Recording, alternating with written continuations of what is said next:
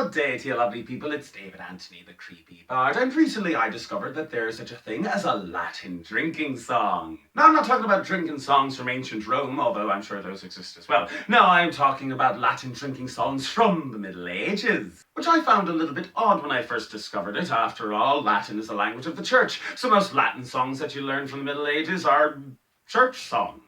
But after I had considered it for a while, I realised it wasn't quite as odd as I had initially thought. After all, monks took vows of poverty and celibacy, not sobriety, and in fact most monasteries doubled as breweries and wineries back in the day. That and Latin was the universal language of academia, and we all know that college students like to get drunk.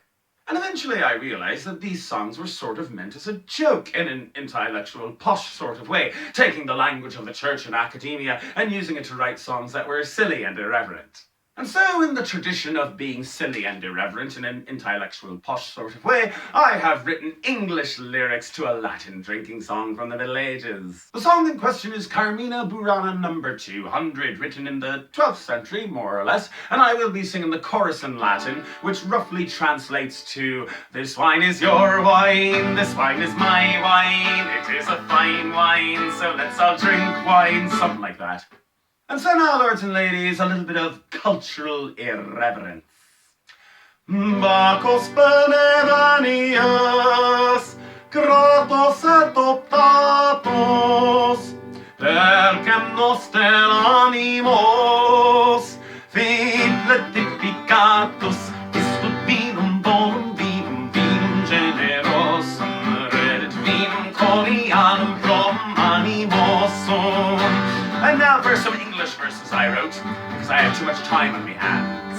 William lived in Normandy, attending wine tastings, till he tried fine English ale, then he attacked Hastings. Istud vinum bonum vinum, vinum generosum, redit vinum conianum prom animosum. They don't get any better from here, they only get dumber. Dante tried to write a book, but his friend said, "Sir, no. First you must try Roman wine, then you'll know Inferno. Istud vinum bonum vinum, vinum generosum, redit vinum conianum prom animosum." Here's one that's a little bit more obscure. Let's see if we get this. We read books and we sing songs by Hildegard of Bingen, and we drink dark German beer, cause that's what kept her singing. Istud vinum bonum vinum, vinum generosum, redit vinum conianum prom animosum. Here's one that's really obscure. Extra points if you get it. When monks get drunk and amorous, they pray that God will not look. When the abbot tries to make an entry in the Woomsday book, Istud vinum bonum vinum, vinum generosum, redit vinum conianum prom animosum. Here's one that's a little bit more recognizable. Henry on his wedding day drank a bit too much stout. Someone asked, "Which wife is this?" Honestly, I've lost count. Istud vinum bonum vinum, vinum generosum, redit vinum conianum prom animosum. And let's finish off with one about my good old friend Big Willie.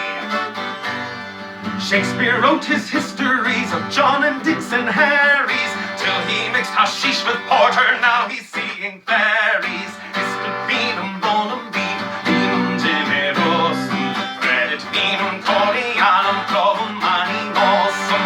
Istud vinum bonum vinum, vinum generosum, redit vinum conianum prom animosum.